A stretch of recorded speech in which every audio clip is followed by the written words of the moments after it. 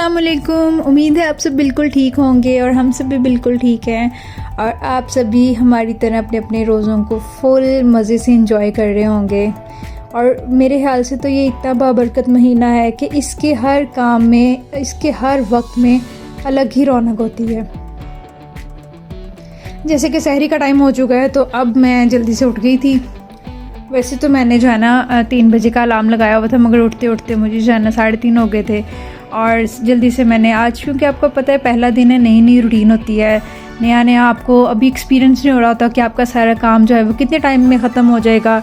आप जल्दी तो नहीं शुरू हो गए यहाँ आपको देर तो नहीं हो जाएगी, मगर उस लिहाज से जैसे कि आपको पता है 5:10 पे मेरे ख्याल से पहला रोज़ा बंद हुआ था, तो उस लिहाज से तो मैं काफ़ी जल्दी उठ गई थी। और वैसे मैं आगे पीछे पता क्या करती हूँ, अपने पराठों के जो है ना वो सारे पेड़े जो है ना मैं रात को करके रख लेती हूँ, क्योंकि उससे ये होता है कि ना पराठा ठहर जाता है और ना सुबह आपको उसको जब आप बनाते हो ना तो बहुत आसानी से बन जाता है। आपका एक तो टाइम भी बहुत बच जाता है और दूसरा आपको वो जो होता है ना, इसको जो एक टाइम देना पड़ता है ना, पराठे को रेस्ट देना पड़ता है, तो वो आपको फिर सुबह में वो नहीं करना पड़ता। तो मैं तो जी नए नए रोज़ों में जो नए नए दिन होते हैं ना, तब तो बड़ी एक्साइटमेंट से जो है ना पूरे वो जो होता है ना पूरे प्रोसेस के साथ पराठे बनाती हूँ, बड़ी एक जोश से।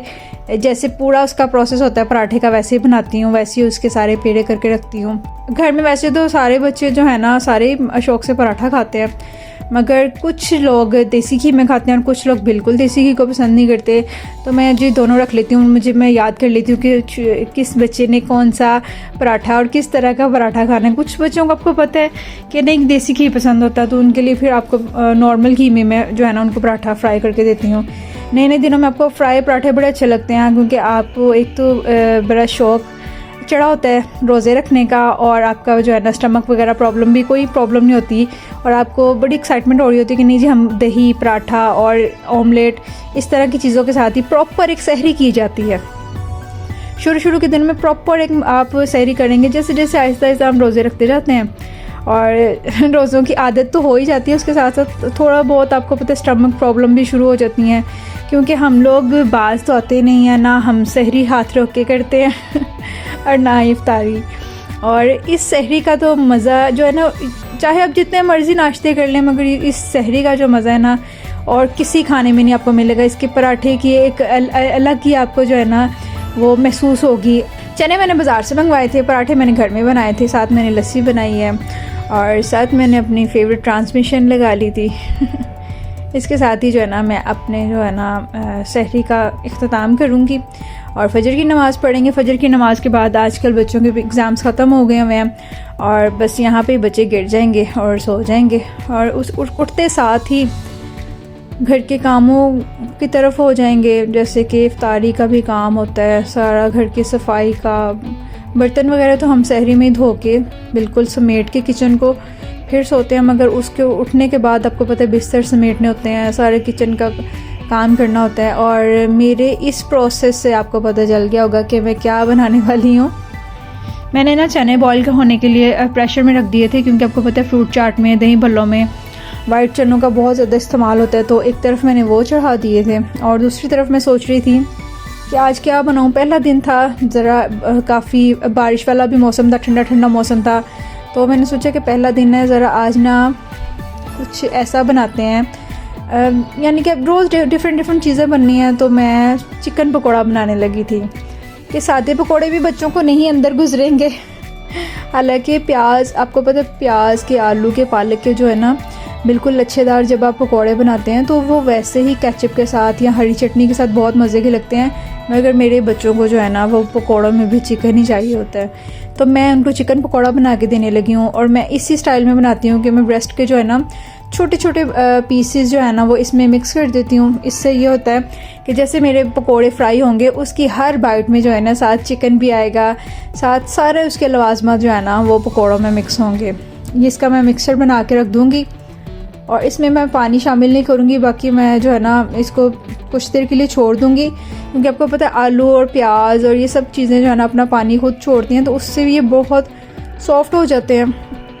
थोड़ी बहुत पानी की ज़रूरत पड़ेगी तो मैं बाद में ऐड कर लूँगी।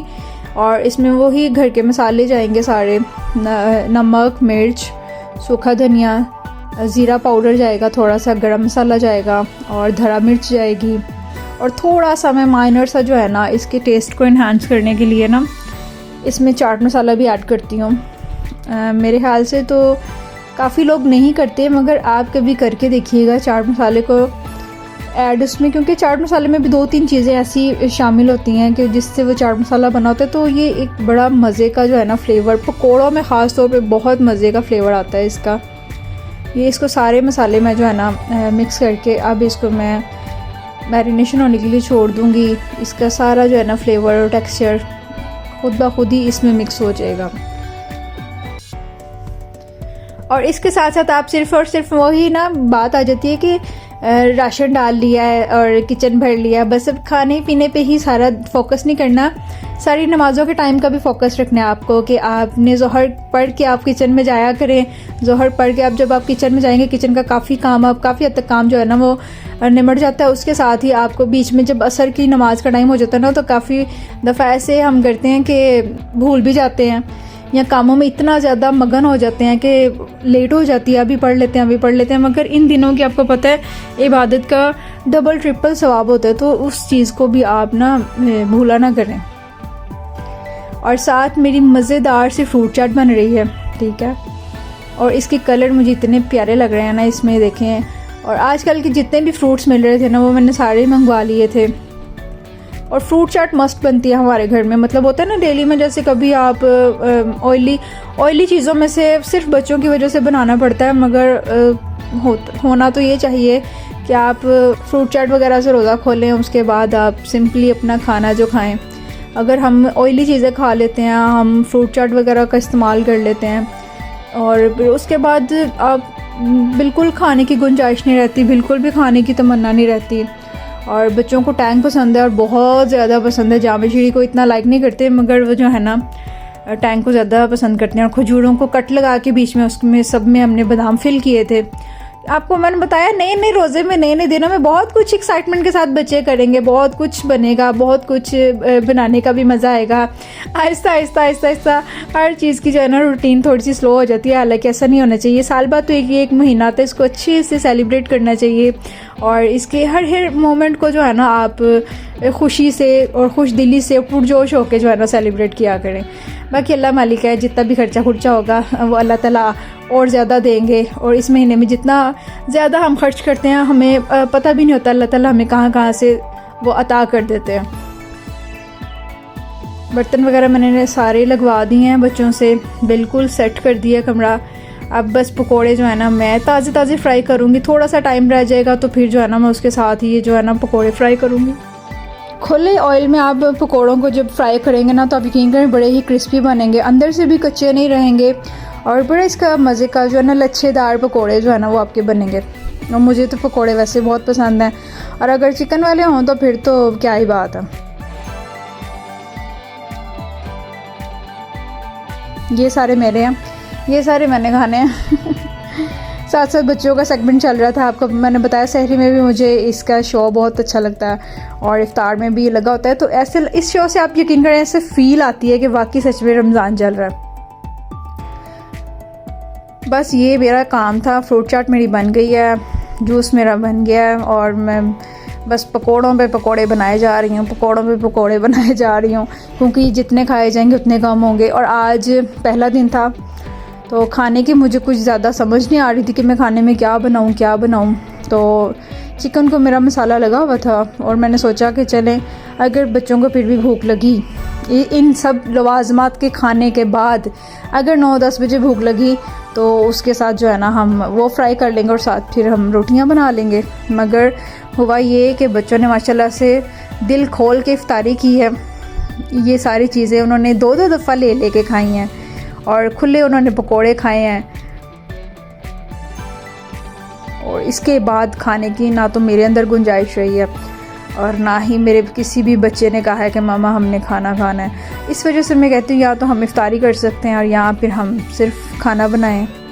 मगर साल में जब एक बार ये महीना आता है तो बच्चों की यही ख्वाहिश होती है कि ज़्यादा से ज़्यादा हमें इस तरह की चीज़ें खाने को मिलें। बस सारा मेरा काम हो गया हुआ है तो अब हम इफ्तार का वेट कर रहे हैं। और साथ साथ हम हमारे दिल में जो भी कोई दुआएं चल रही हैं वो हम अल्लाह ताला से मांग रहे हैं, क्योंकि इस लम्हे का जो है ना, एक एक लम्हा जो है ना इन दिनों का, आप कुछ भी मांगे अल्लाह ताला से, कुछ भी जो आपके दिल की ख्वाहिश होती है वो सारी पूरी हो जाती हैं। फ़ाइनली रोज़ा खुल गया अल्हम्दुलिल्लाह, और हमें शुक्रगुज़ार होना चाहिए अल्लाह ताला की ज़ात का कि अल्लाह ताला ने हमें हमारी ज़िंदगी में ये वाला रमज़ान दिखाया है, और अल्लाह करे कि हम अगला रमज़ान भी इसी खुशी से और इसी सेहत के साथ फिर से देखें। और ऐसा तो हो ही नहीं सकता कि इफ्तारी के बाद फ़ौरन से मैं चाय ना पीऊँ, और चाय पीने के साथ ही मैं आपको कहूँगी कि आप भी अपना रमज़ान ऐसे इंजॉय करें और मुझे दुआओं में याद रखें। अल्लाह हाफ़िज़।